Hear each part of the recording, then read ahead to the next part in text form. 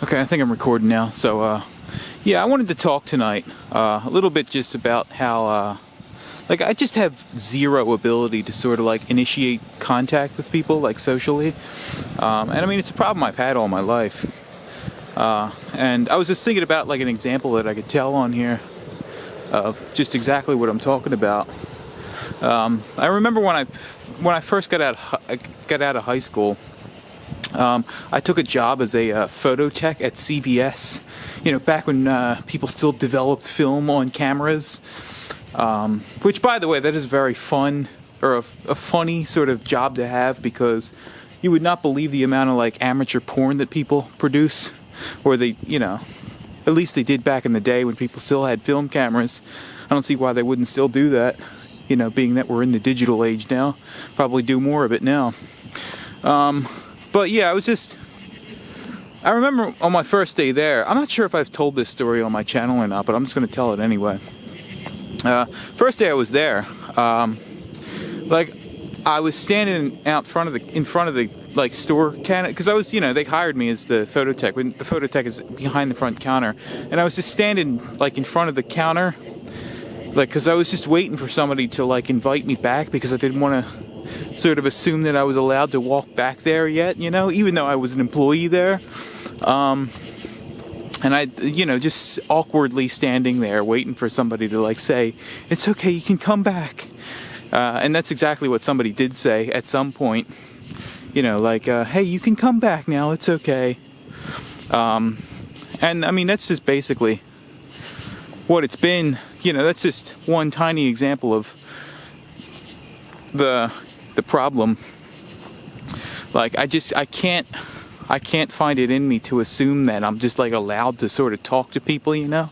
Like, I don't know what it is exactly. The feeling is, like, I don't know if I feel like I'm going to get in trouble, or, like, somebody's just not going to like me, or... So I think the feeling with the CVS thing is that, like, it's like, oh, you think you're Mr. Big Shot now? You can walk behind the counter? Like, you know, it's just... As I'm always... There's always this part of me that feels like I'm just super transparent, and, like, if there's any inkling of feeling like I'm acting outside of the bounds of what I would normally act, I hope that makes sense. Like, you know, doing something that I wouldn't normally do, like something that's out of character for me, like, it's very hard to get me to do those things, because it just feels like I'm being dishonest. That's sort of where the feeling comes from, I think. Because, you know, walking behind the counter at CVS is like, oh, what do you think, you're fucking Mr. Cool enough to walk behind the counter now? Like, I'm just waiting for somebody back there to say, like, ho, ho, ho, whoa, what do you think you're doing there, buddy? Hold your horses there. And so it's not, you know, CVS is just one example of that. I just feel like I come off as closed off, you know? And I don't know how to, not be that way, because I feel like it's something subconscious that I'm doing that sort of, like, closes me off to people. Like, something about my body language sort of, like, says to people, like, huh, don't approach him. And it's not even just my body language, but it's just, like, the way that I type responses and comments and stuff, and, like, the type of comments that I respond to.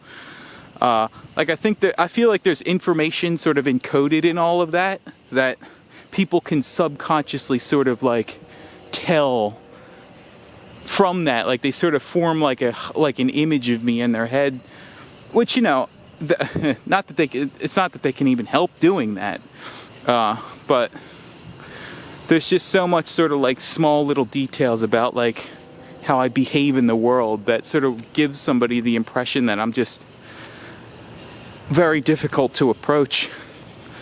Like, even the way that I'm speaking now, like, there's probably subtleties in the way that I'm picking my words, and sort of, like, ways that I'm saying things that just, not even on a conscious level, but just on a subconscious level, will tell to somebody, like, don't approach him, he doesn't want to be approached.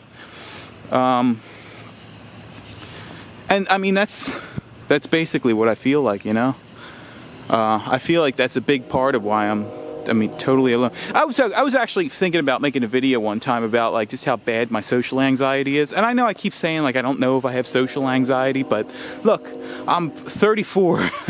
I'm completely isolated socially. Like there's got to be something wrong. So I think I use social anxiety as sort of a blanket term, or just a holdover, or not a holdover, but a substitute for whatever the issue is. But I don't know if you can see this. I don't know if you've noticed that this video is a lot more steady than the last one. So I got a camera stabilizer, like one of those things that has a counterbalance on it. I don't even remember what I was saying. Yeah, I was going to make a video about how bad my social anxiety is, that I can't even bring myself to sort of like play multiplayer video games. Like I'm so nervous about like even that. And like, you know, people say you have to push through sort of like fears like that, and I agree. Like I think people should push through their fears, but I get the sense that people don't feel these like aversions anywhere nearly as strongly as I do. Because like, hey, I mean, I'm no different than anybody else. So unless I am an unbelievable coward, which is a distinct possibility, like I can't imagine that people feel an aversion quite this strongly to like social stuff, you know? I just can't imagine it. But yeah, I can't even bring myself to play multiplayer video games. It's so bad. Yeah, but there was another topic I wanted to talk about tonight, besides just that one. Oh yeah, it was the fact that I've been really like nostalgic lately about the year 2004. I don't know what it was. Not just 2000, just it's sort of like early mid 2000s thing generally. Because I was listening to that song from that Caveman commercial, I think the very first Caveman commercial, if anybody even like, because I don't even, I might be dating myself here. Like I don't even know if anybody even remembers those anymore. But yeah, there was a commercial back in the day where this like caveman was like walking. Well, I mean, but the thing about the commercial is that I think that commercial just is someone who lived through that period, who wasn't like too young to remember it, and or too young to sort of like have a proper grasp of what was going on. Because I was like 15, 16 during that time, so you know I was pretty much fully conscious by then. That commercial, I think, sort of just, I can't even think of it. I'm like, I'm having a brain fart here. That commercial sort of like perfectly encapsulates that time period, I feel. Just the feeling of that time. More the song than the commercial, I should say. The song is called Remind Me by Rocky Sop. Like if you really want to feel what that time felt like, listen to that song. That's the song you need to listen to if you want to feel what that time felt like. But yeah, I mean, the funny thing about that is like people sort of comment on that video, like people a lot younger than I am that probably wouldn't have remembered that time period, and they say that it gives them a sense of nostalgia about the time period. And it's like, you know, what does that mean, you know? Like people can feel nostalgia for things that never even happened to them. I kind of think that it means nostalgia isn't like remembering something that you've personally lost, but that there's something encoded in the thing that you're listening to that sort of like personifies the time period it came from, that anybody can sort of like listen to and get a feeling of what the time felt like. Because I mean, you know, I listen to stuff from the 70s. I can feel the 70s in the stuff that you listen to, you know?